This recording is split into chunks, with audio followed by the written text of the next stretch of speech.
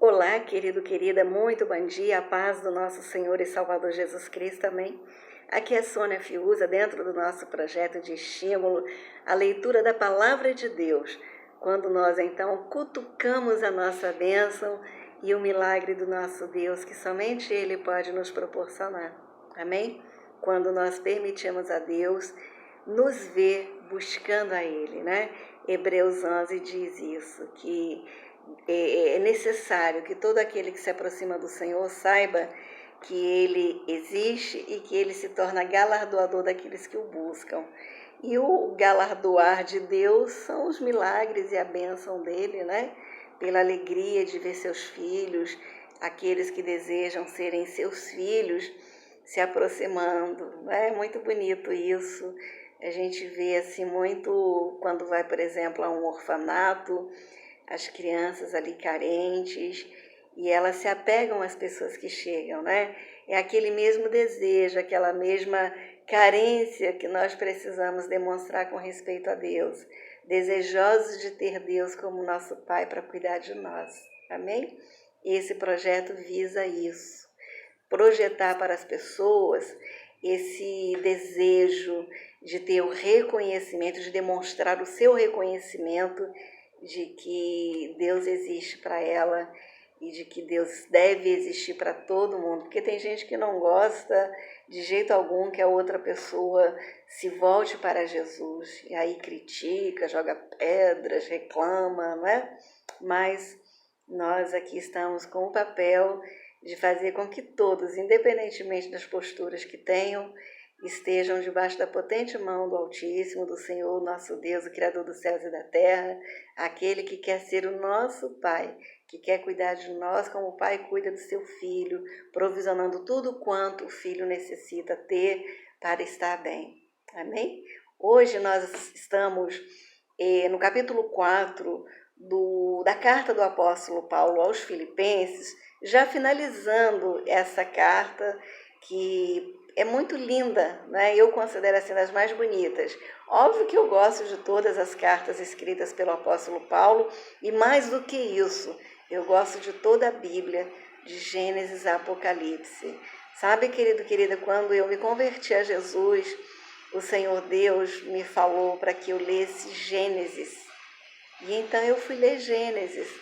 E isto porque eu era uma feminista, eu era uma pessoa rebelde e revoltada, né? Então eu fui ler Gênesis e ali eu fui entender que Deus me criou, eu fui entender todo o processo de criação e de designação de Deus àqueles aos quais Ele criou. Então Deus criou macho e fêmea, e Deus deu aos animais macho e fêmea a determinação de que eles se multiplicassem, né? E quando Deus criou a mulher para o homem, eu fui entender isso, porque para mim não tinha diferença, Deus também lhes deu a ordem de crescerem e se multiplicarem, que eles povoassem a terra, né? Então eu fui ver isto, eu fui ver que Deus havia me criado, fui ver que eu sou parte da criação de Deus. Então foi maravilhoso conhecer a Deus, porque a partir de conhecer a Deus eu pude conhecer a mim mesma. Amém? Então hoje nós estamos aqui também para falar disso, né? Através dos livros da Bíblia, nós estamos aqui na carta do apóstolo Paulo, temos estado já há algum tempo, né? Porque também já faz um tempo que eu não tenho gravado, em razão de ter contraído Covid e tal, obra no prédio, uma barulheira terrível para poder gravar, atrapalhando as gravações. Mas o quanto podemos, nós buscamos interagir com as pessoas, porque o Senhor Jesus nos deu esta ordem. Ele disse: ide pelo mundo e pregai a palavra, pregai a Escritura, ensinai a Escritura a toda criatura. E aqui nós estamos e esperamos em Cristo que você que está diante desta mensagem, você a receba como uma palavra de Deus para você e você a compartilhe com as pessoas que você conhece, as quais você gostaria de ver abençoada também. Amém? Em nome de Jesus. O apóstolo Paulo fala assim na carta aos Filipenses, capítulo 4. Rogo a Evódia e rogo a Síntique que pensem concordemente no Senhor. A ti, fiel companheiro de jugo, também peço que as auxilies, pois juntas se esforçaram comigo no Evangelho, também com Clemente e com os demais cooperadores meus, cujos nomes encontram-se registrados no livro da vida. Alegrai-vos sempre no Senhor. Outra vez digo, alegrai-vos. Seja a vossa moderação conhecida de todos os homens.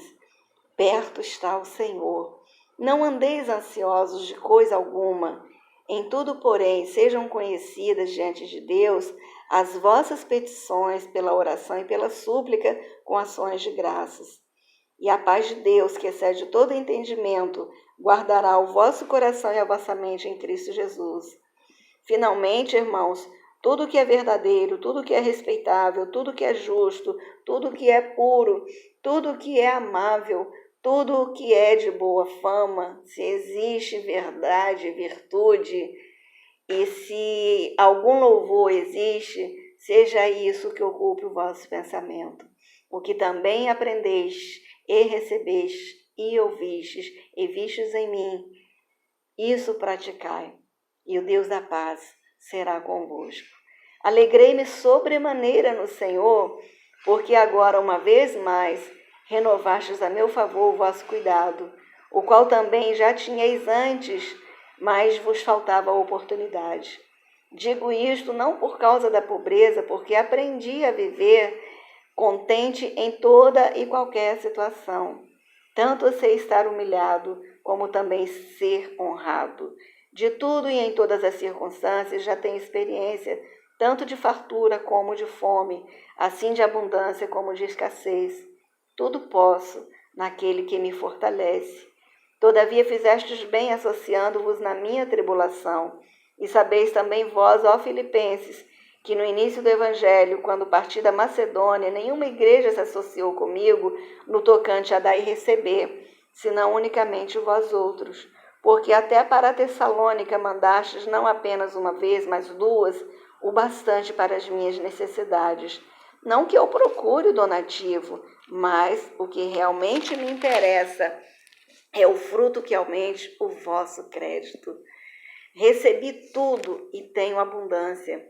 Estou suprido desde que Epafrodito me passou às mãos o que me veio da vossa parte, como aroma suave, como sacrifício aceitável e aprazível a Deus. E o meu Deus, segundo a sua riqueza em glória, há de suprir em Cristo Jesus cada uma das vossas necessidades. Ora, a nosso Deus e Pai, seja a glória pelos séculos dos séculos. Amém. Saudai cada um dos santos em Cristo Jesus. Os irmãos que se acham comigo vos saúdam. Todos os santos vos saúdam, especialmente os da casa de César. A graça do Senhor Jesus Cristo seja com o vosso espírito. Amém? Olha que palavra linda essa que finalizou, né? A paz do nosso Senhor Jesus Cristo seja com o vosso espírito. Eu, se estivesse no lugar do apóstolo Paulo, escreveria esta última parte no início. A paz do Senhor Jesus Cristo esteja com o vosso espírito, seja com o vosso espírito. E por que isso, né? Porque quando nós nos dirigimos às pessoas, nós não sabemos de que jeito nós vamos encontrá-las, né? O Senhor Jesus Cristo, quando enviou os discípulos, ele disse e ele declarou sobre os discípulos a sua paz. A minha paz vos dou, né? Não vos la dou como a dá o mundo. E aí, quando ele enviou os discípulos, ele disse, né, que as pessoas chegassem nas casas, nos povoados, e eles buscassem quem era, né, digno de recebê-los, de receber a mensagem do Evangelho. E eles declarassem a paz deles, que eles tinham, e que obviamente era a paz de Cristo, do qual eles haviam recebido a paz, né? Que a paz de Jesus, conforme ele mesmo falou, não é a paz igual à paz do mundo, em que, enfim, sabe-se lá, se as pessoas sabem o que é paz, né? Eu acho que não sabemos completamente. E a gente aprende O que é paz? Efetivamente é quando anda com o Senhor Jesus, né? Que era, por exemplo, no caso dele, era contraditado o tempo todo, ele era, enfim, maltratado pelos fariseus, pelos sacerdotes judeus daquele tempo, né? E ainda assim nós não temos registros de que Jesus batia nele, Jesus os xingava, mas temos registro de que eles tentaram empurrar Jesus no abismo, eles chamaram Jesus de chefe dos demônios, fizeram coisas terríveis com ele. No entanto, aquilo não foi suficiente para que ele abandonasse a missão que Deus lhe havia dado, né? Paz é isso.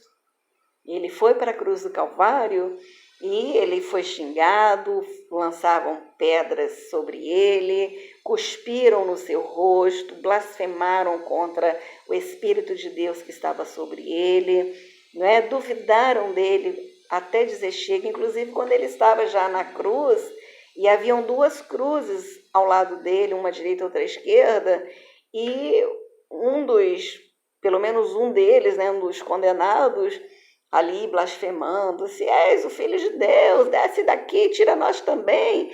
Enfim, nem mesmo no último momento de sua vida, de uma forma vergonhosa, né, a pessoa deixou de ser a coisa terrível que ela foi aqui em vida, né, aqui no chão, né, no asfalto. Na cruz, lá no alto, ela estava ainda fazendo coisa errada.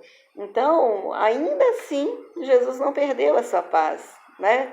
Quando foi levado até Pôncio Pilatos, ele se comportou de um modo nobre, porque ele era nobre, é o rei dos reis, o senhor dos senhores, era superior ali a Pôncio Pilatos, a Herodes e a todos quantos pudessem se apresentar, julgando, condenando, fazendo e acontecendo. Aqueles soldados que o pegaram, colocaram a coroa de espinhos sobre a sua cabeça, que rasgaram a sua túnica, que fizeram sorteio da túnica, enfim, que blasfemaram também dele.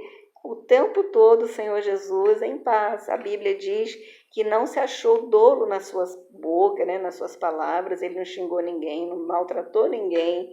Lá na cruz, um dos condenados, o condenado que reconheceu seu próprio erro, né, e reconheceu que Jesus não deveria estar ali, ele ali viu a paz de Cristo, né, que Jesus transmitia. Ele percebeu quem era Jesus pela paz que Jesus tinha. Então, eu entendo aqui que o apóstolo Paulo poderia ter dito, né? A graça do Senhor Jesus Cristo seja com o vosso espírito, porque se a graça do Senhor Jesus, que envolve a paz do Senhor Jesus, estiver conosco, nós estamos bem em qualquer situação, né? Por isso que eu falo assim.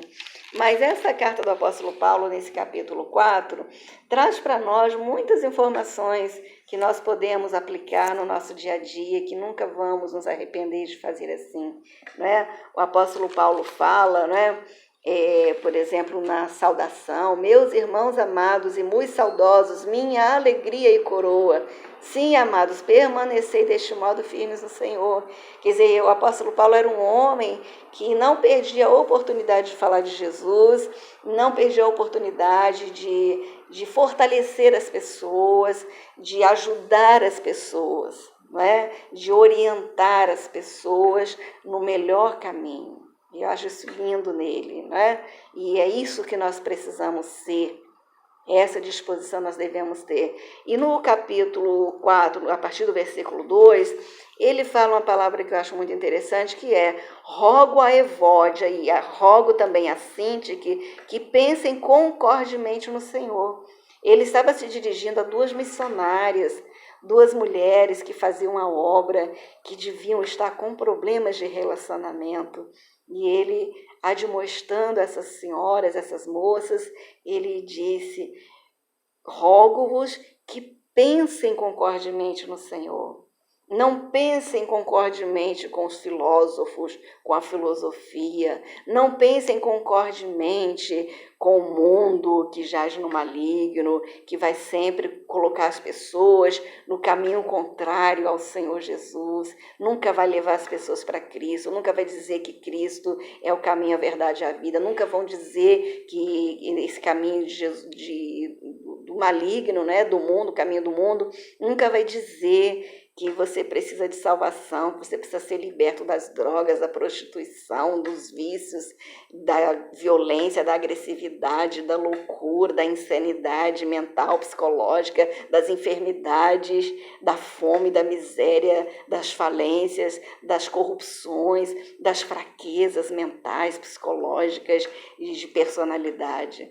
O mundo jamais vai falar para a gente buscar a solução para isso, e a solução em Cristo, que pode até dizer para você buscar a solução para essas coisas lá, enfim, nas religiões, que juntando não vão chegar à metade daquilo que o Senhor Jesus nos oferece. Primeiramente, Ele oferece a salvação. Então, Ele diz aqui, olha, não pensem concordemente com o mundo, não, minhas queridas. Pensem concordemente no Senhor. O que o Senhor Jesus faria no lugar de vocês? Vocês estão brigando? Vocês estão se desentendendo? Pensem concordemente no Senhor, que nunca ensinou discípulo nenhum a ficar brigando, a se desentender. Né? A mulher a tratar mal o marido a tratar mal a esposa, o filho maltratar os pais maltratarem os filhos, os servos roubarem os seus senhores, baterem nos seus senhores, os senhores tratarem os seus servos como escravos, como nada, como ninguém. Não. Pensem, Síntique e Evódia, concordemente no Senhor, se vocês estão nos caminhos do Senhor, ou se não estiverem ainda, pensem concordemente no Senhor. Não pensem conforme o mundo diz que vocês têm que pensar, não. Essa é uma palavra, querido, querida, que nós precisamos falar para as pessoas. Por mais difícil que seja para as pessoas receberem essa mensagem, porque é fato, né, que as pessoas não querem ouvir isso, mas ainda assim nós temos que falar. Nós temos que fazer o que o apóstolo Paulo fez em sua época, em seu tempo, e por isso ele com certeza recebeu muitos galardões, vai receber muitos galardões de Deus, assim como o apóstolo Tiago, o apóstolo Pedro, o apóstolo João, o Lucas. Todos receberão muitos galardões, porque o papel que eles tinham que desempenhar, eles desempenharam. E nós nunca podemos dizer que os vimos fazer coisa errada. Então nós temos que seguir os passos desses homens que o Senhor Jesus deixou como testemunhas para nós hoje, que também precisamos ser testemunhas e deixar pegadas para as pessoas andarem nelas, pegadas concordemente com o que o Senhor Jesus nos ensinou. Amém? E ele diz, né? A ti, fiel companheiro de jugo, né? Ele está falando com Timóteo, enfim, com os irmãos que andavam com ele, que participavam do ministério dele, que evangelizavam com ele, que pregavam a palavra com ele e que tinham comunhão com Cristo juntamente com ele. Ele está dizendo a ti, fiel companheiro de jugo, porque era alguém que sofria também junto com ele. Né? Sabe aquela pessoa, amada e amada, que quer participar do que é bom? Quando a conta chega, vaza, né? Você não pode cobrar nada, porque a pessoa vai embora, né? Ela te abandona mesmo. Enquanto não tem cobrança, enquanto você não pede para lavar uma louça, enquanto você não pede para limpar um chão, enquanto você não pede para comprar um pão, enquanto você não pede para fazer alguma coisa, a pessoa está com você. Mas quando chega o momento da verdade, né? Aí a pessoa vai embora, porque ela não quer responsabilidade. Mas aqui está um que era companheiro de jugo. Não era companheiro de festa do apóstolo Paulo, era companheiro de jugo, de sofrimento. Não é? A ti, companheiro de jugo, Também peço que as auxilies. O apóstolo Paulo estava pedindo ajuda a essas moças, a Síntica e a Evódia, ajude-as, auxilie-as, elas estão enroladas, elas estão com dificuldade, elas estão com problemas, vai lá, ajude-as, ensine alguma coisa que elas ainda não sabem, ajude-as a aplicar algum conceito que elas ainda não conseguiram colocar em prática. E essa deve ser a nossa conduta, né? Ao invés de jogar pedra, ao invés de jogar balde de água fria, a gente tem que estar numa condição de poder ajudar e poder auxiliar. Amém? O meu modo de ser é assim, eu não abro minha boca para falar, mas se me der a oportunidade de falar, eu falo, né? Eu não me intrometo na vida de ninguém. Mas se aquela pessoa, uma pessoa, me dá a oportunidade de falar alguma coisa, eu não perco a oportunidade de falar alguma coisa que eu imagino que vai ser boa para aquela pessoa. E ele diz, né? Ajude-as, auxilie-as, pois elas juntas se esforçaram comigo no Evangelho e também se esforçaram com Clemente e com os demais cooperadores meus, cujos nomes se encontram no livro da vida. Ele está reconhecendo o trabalho daquelas mulheres, ele está pedindo ajuda para elas, porque ele reconhecia o trabalho delas. Ele não as via, vagando pela vida, sem compromisso, sem alguma coisa que pudesse ser mencionada, né? E ele menciona o que elas faziam, né? Elas se esforçaram com ele e se esforçaram também com Clemente e com os demais cooperadores, né? Elas faziam a obra de Deus, elas eram importantes dentro daquilo que o Senhor Jesus atribuiu a todos os seus servos. Elas não se furtaram a ajudar, a auxiliar, a fazer alguma coisa. Eu sempre menciono que o Senhor Jesus Cristo teve diante de si o Ministério das Mulheres, e eu sempre digo que eu gostaria de fazer parte desse ministério, e óbvio, do meu modo eu faço parte desse ministério. E eu acho lindo, verdadeiramente lindo, e eu vejo esse ministério, além daquelas mulheres, né, Susana, esposa do procurador, enfim, mulheres que certamente ajudavam, contribuíam também com dinheiro, e óbvio, entre elas e todas elas certamente também contribuíam lavando as coisas do Senhor Jesus, as túnicas, as sandálias, fazendo faxina na casa dele em Cafarnaum, organizando o cenáculo onde foi feita a última ceia, indo aos lugares antes do Senhor Jesus Cristo chegar, numa comitiva para limpar, para organizar, pelo entendimento delas de que ele merecia o melhor delas. Também tem ali o caso da sogra do apóstolo Pedro, que estava doente. E a primeira coisa que ela fez foi servir Jesus depois que o Senhor Jesus lhe curou da febre. Então eu vejo o Ministério das Mulheres como algo extremamente útil e valorizado pelo Senhor Jesus. E vejo aqui o apóstolo Paulo também valorizando, né? E a instrução de nos alegrarmos no Senhor, a informação do livro da vida que nós precisamos ter, não é? Nós precisamos ter os nossos nomes registrados no livro da vida para o dia do arrebatamento. Nós precisamos saber que vai acontecer um arrebatamento, que é a nossa retirada brusca. E por que retirada brusca? Porque vai estar acontecendo coisa terrível nessa terra, da qual nós teremos que ser retirados bruscamente para que não morramos com o que vai vir sobre esta terra. O que estamos vivendo agora não é nada diante do que ainda vai vir. Então precisamos providenciar para termos o nosso nome escrito no livro da vida, para que quando ocorrer essa retirada brusca, esse livramento, né, das mãos de Satanás e do anticristo, o anjo possa nos chamar. Amém? Nós vamos encontrar Jesus nos ares, ele não vai pisar aqui na terra. O anjo vai declarar o nome de cada pessoa que esteja registrada no livro da vida.